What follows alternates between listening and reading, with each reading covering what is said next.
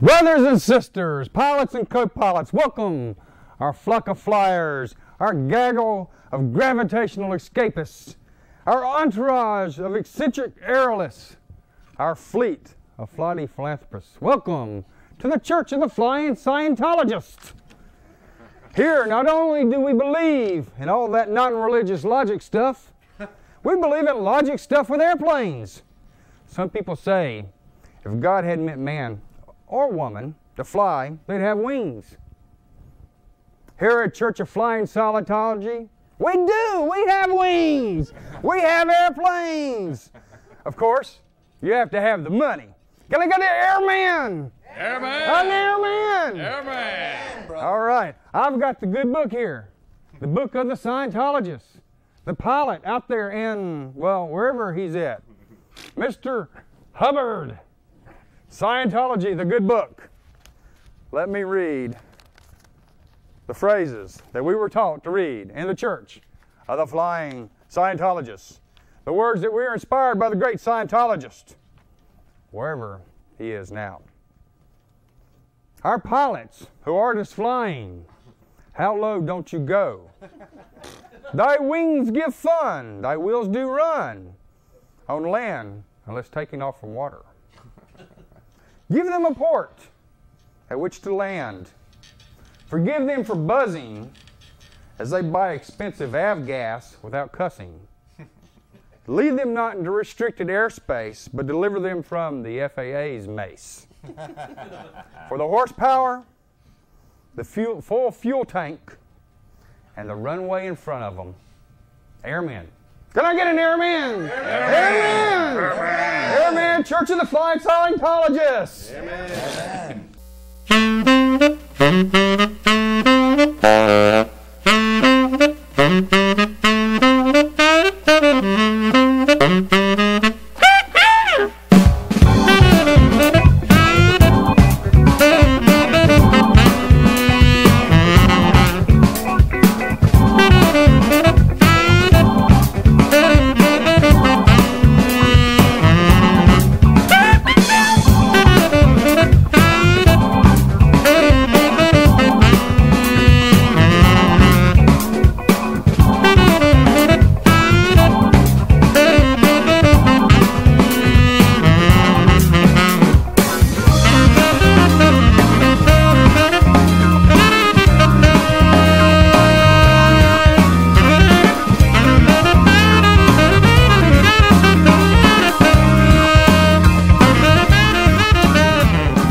Hi, welcome to the Modern Renaissance Man. I'm Ben Copeland, the Modern Renaissance Man, and I'm over here talking to the band because we're always talking. Anyway, I'm glad you could join us this week on the show. And here we are on whatever this public access station is you happen to be watching. Maybe you're watching on a DVD because we're talking about coming out with a DVD as if you're not getting enough of it on TV with your cable bill. Anyway, one of the things talking about bills is what are pennies good for anymore these days? You know, you got pennies in your pocket. You know what pennies for? Pennies are for paying tax. That's it. You can't buy anything with a penny anymore. There's no such thing as penny candy. What are pennies good for other than paying tax? You tell me. If you know of a use for pennies besides putting on railroad tracks, which that's illegal. You don't do that. But anyway, if you did do that, that's all they're good for. Paying tax with pennies. Why we have pennies? Another thing that I've been thinking of lately is the Big Bang Theory. You know, you've got a lot of school systems here lately saying you can only teach scientific evolution. So we talk about the Scientologists in the front end of the show here with the Reverend of the Flying Scientologist Church there. They said you can only teach the evolution type of thing and not any type of divine creation kind of stuff. Well, I have a question for all these people. Okay, you start with the Big Bang. What started the Big Bang? Something happened that caused the Big Bang. So I want to hear that answer. So when you need to explain that one, then maybe I think your logic makes sense. But otherwise, I think divine creation works just as good as anything else that anybody else has come up with. So we can say the divine person did the Big Bang. Think about that. Keep Access TV alive. Right now there's some laws. Maybe we're still on TV. I don't even know. We're shooting in June. We're looking to air the show. This one probably sometime around September, we'll see, of this year. if we're still on the air. The federal government and North Carolina state governments are actually looking at laws right now that's going to change how cable franchises are working. They think that basically a city can operate TV stations for about $16,000 a year. I tell you what, if they can operate a TV station for $16,000 a year, let's buy some, guys. I say we pull our money, we'll buy 3 or 4 stations. $16,000 a year for TV. I tell you, really, they must have a deal on cameras. I think each of these cameras is about $20,000 more a piece. I tell you what, that's some of that politician hyperbole. Dan Clodfelter, I don't know what you're doing, bud, but I hear you're getting AT&T money, and they're wanting to get into it. Yeah, I don't mind talking about politicians. I don't think they need it. We talk about if Dan messes us up here, whose fault is it? It's George's fault. So we'll blame George because we lose public access TV. So if you can't write to Dan Clodfelter and complain about losing public access TV, write to George and let him know. The other thing I wanted to bring up was that here in June, the city council has decided that, well, maybe we can't use our cameras at the intersections because we're not taking the money, like the law says, to put towards education. Duh, we're not even doing the lottery towards education anymore. They changed that one. If people had read the law to begin with, they would have realized that they could take the money and do anything they want with it. And then they changed it and said it's even easier to do anything they want with. So they're cutting off the cameras. They give tickets to people and help slows down traffic. They say statistics show they work. But since they're not using it for education, they might just turn them off. Oh, that makes a lot of sense. We got people, these are highly intellectual people, like what, Patsy Kinsey. I know I'm really impressed when I see her on television. And I don't even want to know the rest of them. They just sort of, my wife doesn't allow me to watch city council on TV generally, or doesn't want to be at home when I do. You think I get on my soapbox here, you ought to see that. It's ugly. Anyway. Turn the cameras back on, and they cost $8,000 a day to run those cameras. I could sit out on the sidewalk with a camera and I'll do it for half that. You give me $4,000 a day, I'll sit in an intersection and take pictures. Come on, city council, gosh. It just makes me want to get a soapbox. Speaking of which, I think I will.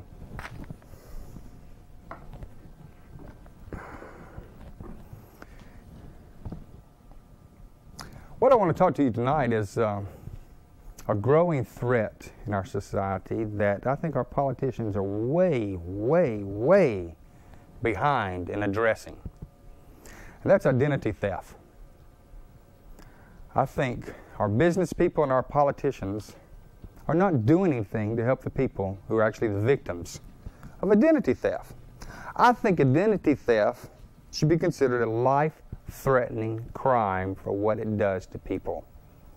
People have their lives messed up for years. Credit hassles, caller harassment, threatening letters for stuff that has nothing to do with them other than maybe somebody stole their social security number. Somebody got their name, got their address. Happens all the time. They go out and open up all these accounts at places that, oh, we don't open accounts on social security numbers. Yes, they do. Yes, they do. It's proven. There's lots of people that do it when they steal people's social security numbers, steal people's IDs, and they open these accounts. Then they only charge a certain amount of money because they know the companies won't prosecute because it's not worth paying a lawyer $250 an hour to prosecute somebody who's only stolen a couple $1,000 in merchandise. So they don't care for the victims. The police hands are tied. If there's no crime, if there's nobody charging for theft and not paying the bills, the police can't do anything. The individual, the only choice they might have is a civil lawsuit. They have to pay the money, go to court, and try to prove that their life's abused by this person, even though there's enough documented evidence, generally from the various companies, to actually prosecute this person. They don't do it. And you know why they don't do it? Here, I'll give you the reason why. Rich people and politicians don't get their identity stolen because it'd be too easy to trace. So you take your Dan Clodfelters and what's her name? I don't even like. Who's our senator or whatever? She used to be the Red Cross. No. Oh, anyway. I'm sorry, get off on Dole. That's it, Dole. She moved back. And people talk about Hillary Rodham. She moved back to North Carolina just so she can be a senator. What's the big to do there? Nobody's going to take their ID because you're going to know who it is. So they steal John and Jane Doe's ID, run up a bunch of bills, John and Jane Doe's life is basically messed up for years, if not forever, because it's on their credit history, and nobody does anything about it. The closest thing I ever heard of somebody actually willing to possibly take action, get this, was the Postmaster General for mail fraud. The police weren't doing anything. The politicians aren't doing anything. People's lives are being destroyed. I would like to see a minimum of a felony charge automatically against these people for identity theft. I would like to see 1-year jail sentence for taking somebody's ID and basically destroying their lives. I would like to see the FBI come in and do something about these people. They say they're going to prosecute you for copying some DVD, so somebody ain't making money, but they ain't doing nothing for identity theft. Come on, FBI. People's lives are being destroyed. Let's see some real laws about this. Surely it's not a money issue. Ha ha ha. Identity theft. It should be a serious crime. It should be a felony. It should be considered assault. And that's the way I feel. And with that, while I wind down a little bit here, we're going to turn it over to Drip Rogers, Jeff Chester, and Dave McKenzie to have some wonderful tunes as they always have for us.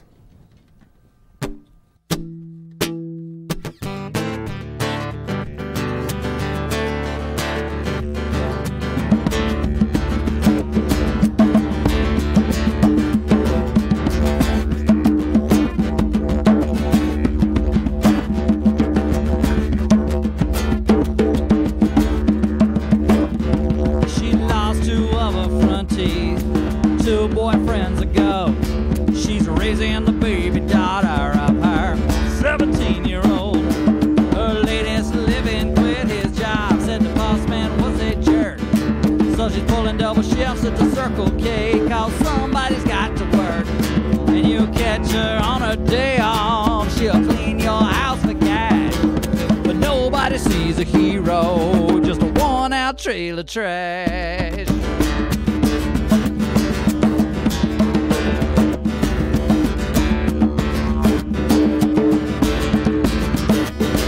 He's got a monthly mortgage that would feed half of Peru.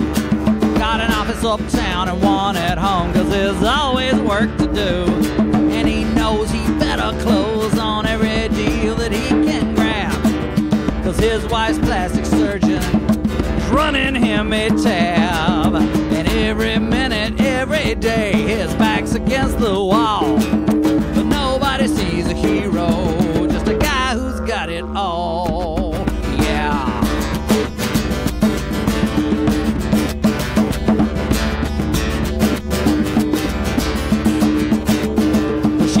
Two kids in middle school and they're giving her a time. Her husband's always on the road cause he reps a dozen lines. Her mother's in a nursing home and her in-laws are out there too. If she's not there by 4, they call her asking where are you. And she's always kind to all these people chewing up her life. But nobody sees a hero, just another salesman's wife. Yeah.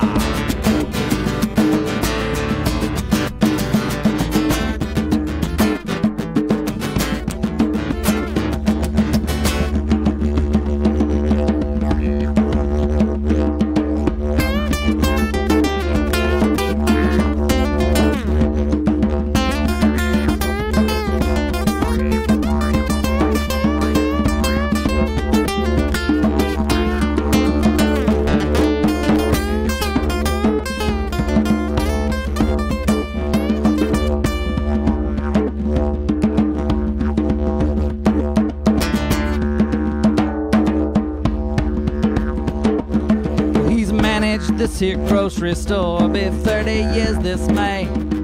Lived alone since high school, it just worked out that way.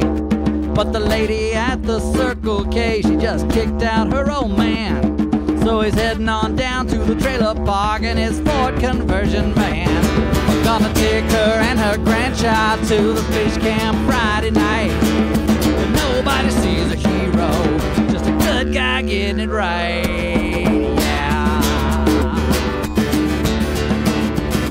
Getting it right.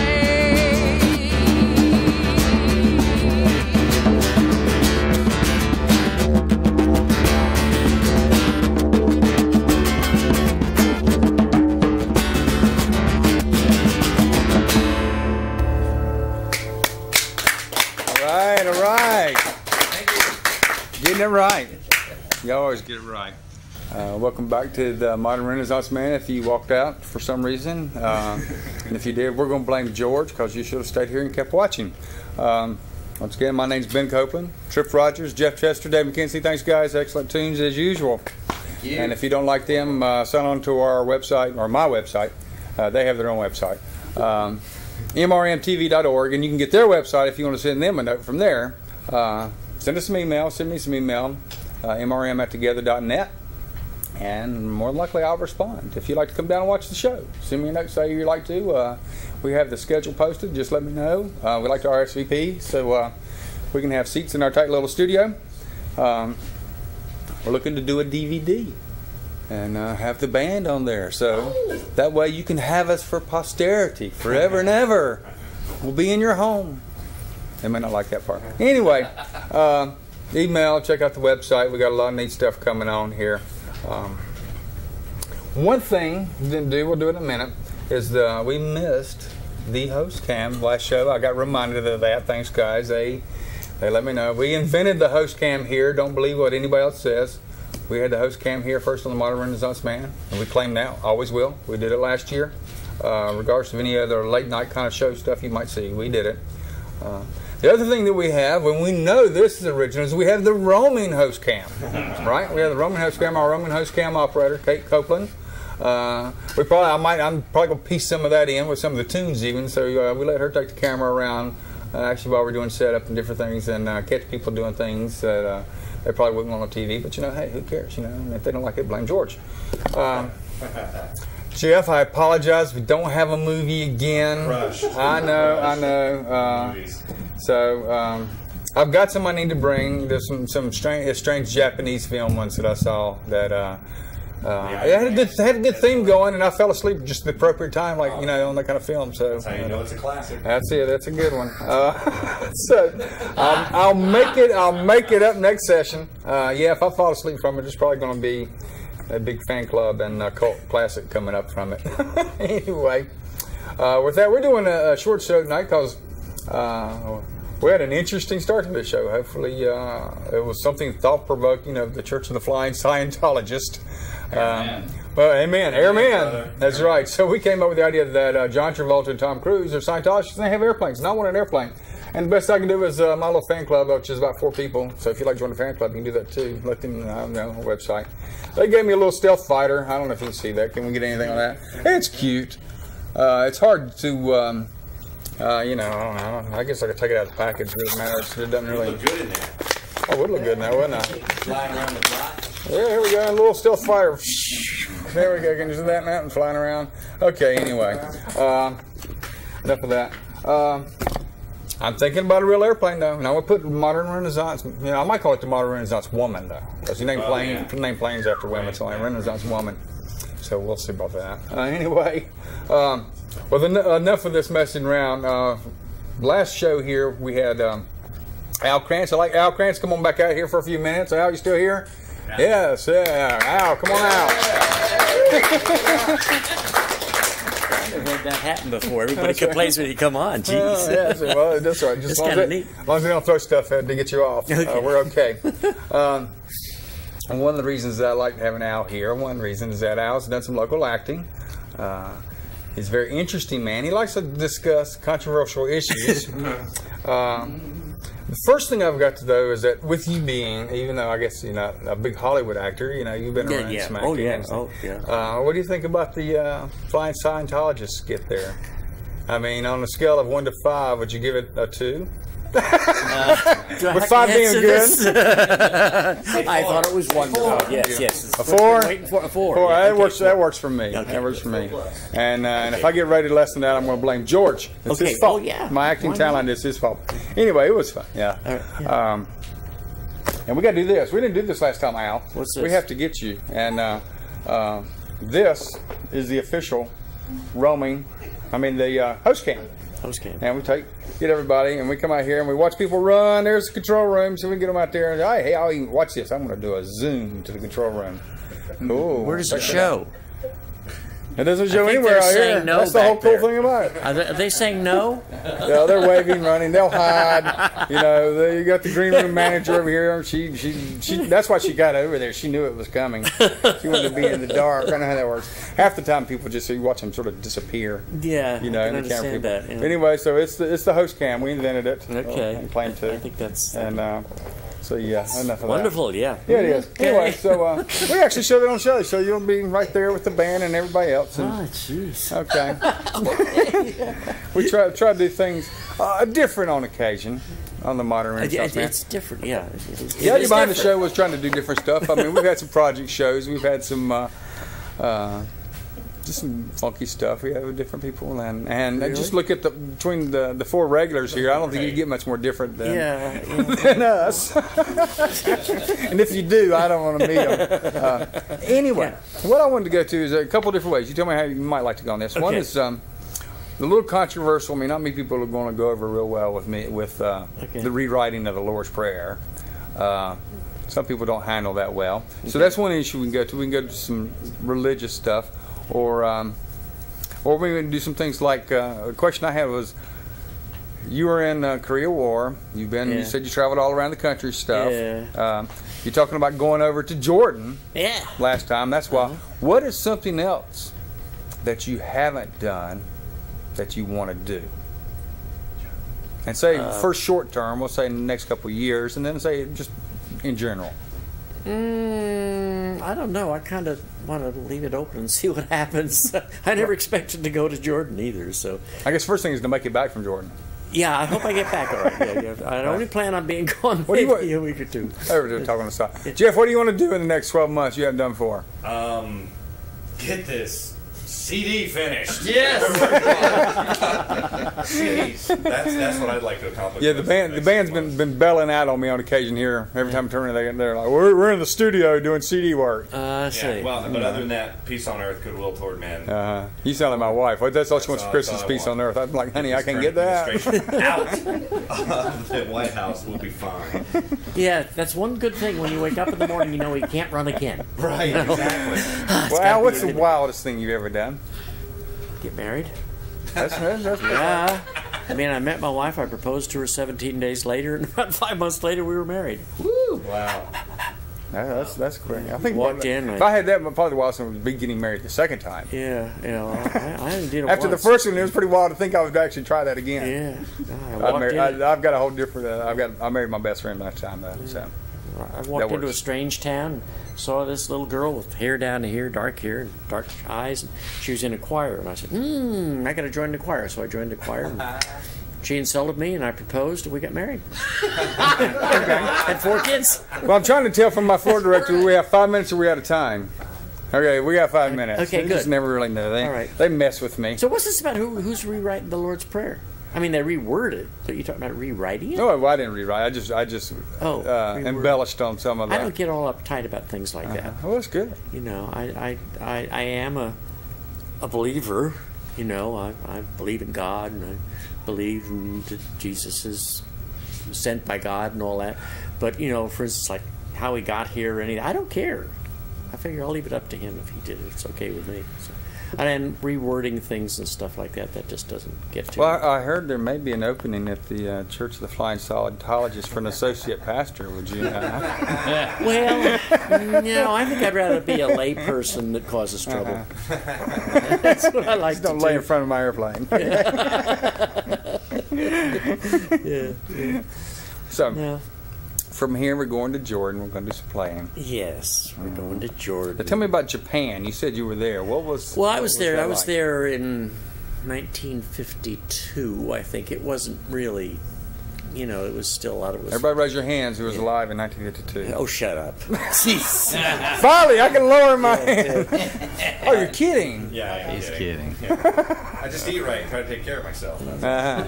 Yeah, right. Yeah, well, me too. We got to talk afterwards. Hear what you got. You know, it wasn't there. They had all the balloons going and stuff because the Korean War had started up, and I was on a train and went through, you know, Hiroshima, and it was all just. I just remember it being level, just level. So after, yeah. You know, and it wasn't a pretty places for the most part were. But Tokyo was beautiful. And I stayed in a little town called Shinjuku outside, and that's, you're in Korea, and you got to go over to Japan for a week twice on R&R, which had different words depending on what you felt like. And so I spent 2 trips in Shinjuku. Yeah, watch it. Jeff's been over that Eastern stuff. Well, it was there was something fascinating about it. First time I went there, you stayed in a hotel. And you checked in, and they said, do you want a girl? And I said, well, sure. And so that she comes up, Next time I went back, there's a big sign up behind the desk saying, because of the American mothers, we can no longer keep girls on the property, so it'll take us a little longer to get them. And they live next door instead. That was so funny. But it was interesting. Oh, yeah, can I talk about stuff like that on this? Sure. Actually, what we're going to do is think about maybe picking it up on maybe a future show. Okay. We're running out of time. Okay. Glad you came back for glad actually, we didn't let him go, of course. We weren't sitting here and made him drive down a whole 2-3 weeks later. We're shooting this in June. It's airing sometime probably August, September, probably September. Whatever. And so remember, don't let Access TV die. Send our Charlotte City Council notes saying that you actually don't know what they're doing, and they don't either. How about Board of Education? Oh, that's another one. Don't let me watch. That's even worse. Board of Education. CMS can't manage stuff. Anyway, with that, I'd like to thank my volunteers. This show would not work without them. The camera people. Dano, you're the man. My director. Everybody in the green room who's making faces and stuff back there. Dean for the audio. Al, glad you came down. It was really great. I enjoyed it. Guys in the band, Trip, Jeff, Dave. Couldn't do without them, and they do it all just for pizza and hopefully a good time. And hopefully you've had a good time. And I'm Ben Copeland, the Modern Renaissance Man, and with that, I'm going to let the guys take us on out of here. Thanks a lot. Join us again.